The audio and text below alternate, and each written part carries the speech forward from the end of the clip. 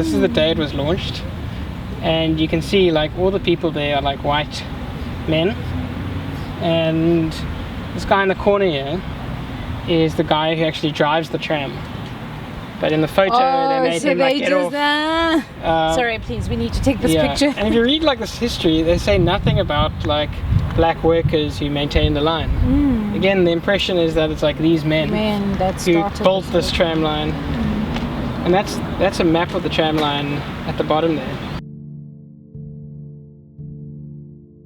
This is Bantry Hills, once known as the Tramway Site.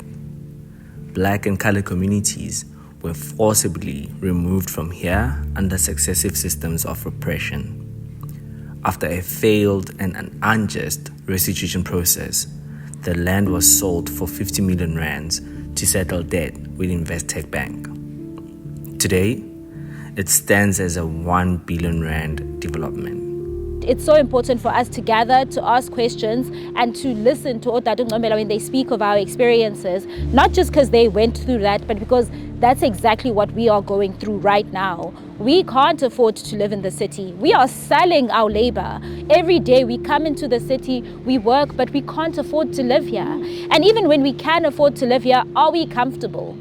That's one of the things we explored in our first session. Do we feel welcome in these cities? Do we feel like they incorporate our vision into the development of these cities?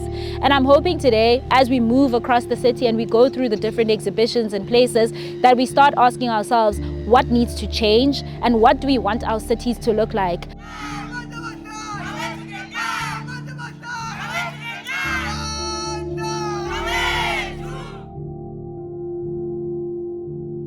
Today we talked about the soul wound.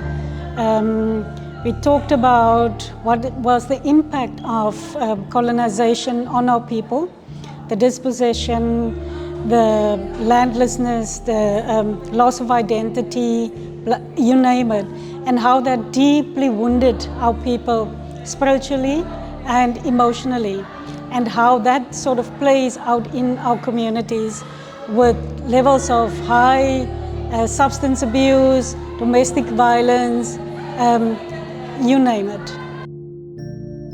For me, what stands out mostly in this what happened in the system is with this apartheid thing of us not like growing up with our parents.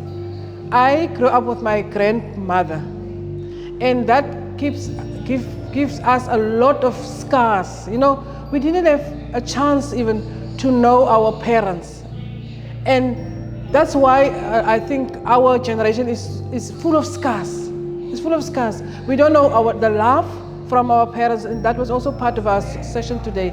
Like, there's no love. Our parents didn't know how to show us love because we didn't grow with them. We didn't grow up with them. Like, for instance, I grew up with my grandmother. I had more love for my grandmother than for my mother because I was used to my grandmother. Because my mother was working as a domestic worker also in Sea Point, and we couldn't live with her. We couldn't live with her. So we lived with our grandmother there in the Northern Cape, and she was in Cape Town. We only see her like once a year when she go home December time. And then there was no connection with my mother. But now I'm living with her, and we are still struggling to bond because we never had that connection.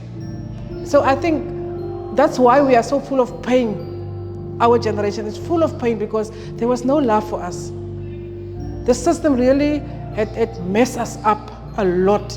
The system messed us up, and we wonder why our people the way they are. It's because of where we come from.